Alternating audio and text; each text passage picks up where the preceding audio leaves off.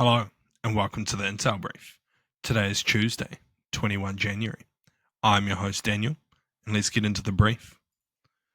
In today's brief, we'll be covering Israel has launched military operations in the West Bank city of Jenin. Colombia has declared a state of emergency after a rebel violence. And the Slovak Prime Minister is facing a vote of no confidence. So firstly, the Israeli military has announced the commencement of counter-terrorism operations in Jenin, a city in the occupied West Bank region, shortly after the ceasefire was established with Gaza. The Palestinian Health Ministry reported that at least 2 Palestinians have been killed and several others have been injured during the Israeli strike on a densely populated refugee camp near Jenin. The incident followed another deadly airstrike in the same camp a week earlier, which claimed 3 lives. The operation in Jenin comes shortly after the Palestinian Authority's security forces attempted to reassert control over the area, which has become a stronghold for various armed militant groups. The violence in the West Bank has escalated since the onset of the Gaza war, with the Health Ministry reporting over 800 Palestinian deaths in the Israeli operations since October 7th, 2023. Israel maintains that these operations are aimed at eliminating militancy within the territory. Concurrently, there's also been an uptick in attacks by Israeli settlers against Palestinians, exacerbating tensions on the same night that the Israeli operation in Jenin began. The settlers attacked Palestinians in the West Bank village of Al-Fadouk, damaging property and vehicles. This incident coincided with newly inaugurated US President Donald Trump's decision to lift sanctions on violent settlers, which had been previously imposed by Joe Biden, in the wake of a shooting that killed 3 Israelis in the area earlier in the month. So what? It is likely that Israel will be more bold with Trump now in office. As we have already mentioned, the majority of Trump's senior leadership are very pro-Israeli and will likely support Netanyahu's government to go after terrorists wherever they are, even in the occupied territories. However, the one thing that is harder for them to justify is the attacks carried out by these Israeli settlers, as this has previously been something the US has not supported. But I guess we're going to find out soon whether Trump's leadership feels comfortable with supporting these settler operations. And next, a significant escalation of guerrilla violence in northeastern Colombia has resulted in over 100 deaths and the displacement of 20,000 people, prompting the government to declare a state of emergency. The president announced both a state of internal commotion and a state of economic emergency on Monday, allowing the executive branch of the government to enact legislation without congressional approval for a period of up to 3 months. Violence primarily affects areas in which the National Liberation Army, or ELN, and former factions of the Revolutionary Armed Forces of Colombia, or FARC, are clashing over control for drug trafficking routes. The ELN has targeted both civilians and rival groups, leading to the significant displacement of people from their homes, according to the UN of Humanitarian Affairs.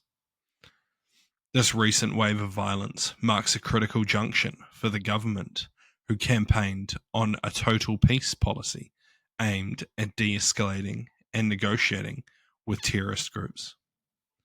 The surge in the conflict has led to a policy shift, with the government indicating a more aggressive stance towards the ELN.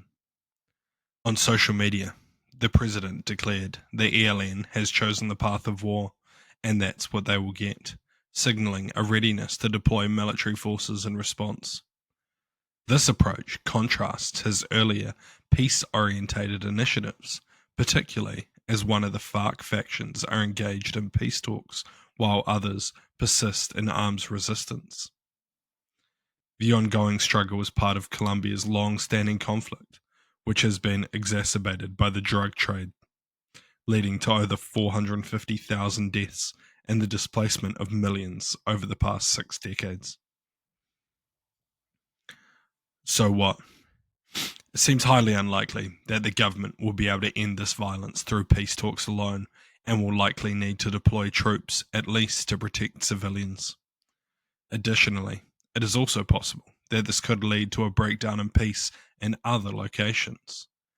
And this would be a huge setback for the country, as they have worked very hard to get peace deals with certain FARC groups.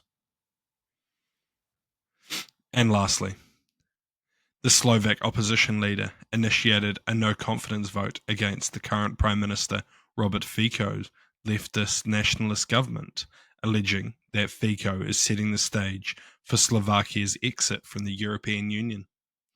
This move comes amidst Fico's controversial foreign policy decisions, including maintaining relations with Russia during the Ukrainian conflict, stopping military aid to Kiev, and criticizing EU sanctions against Russia. These actions have fueled tensions with Ukraine, especially following the cessation of Russian gas supplies through the country at the end of 2024. Despite the allegations, the no-confidence vote seems unlikely to succeed, as the government has a narrow parliamentary majority. Fico, who is currently serving his 4th term in office, has expressed concerns about the EU's stability, suggesting that Slovakia should prepare for potential crisis scenarios, including the possible dissolution of the EU. He warned that the implications of EU policies that might lead to a superstate and reduce national sovereignty, arguing that Slovakia should be ready for a rapid global change. His government's majority is composed of Smer, the nationalist SNS, and the centre-left Halas, though the latter has shown some dissent against Fico's foreign policies, particularly regarding EU membership.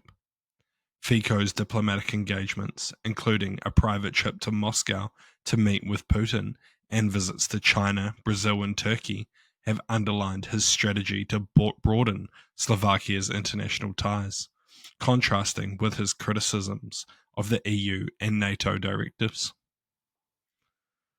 So what?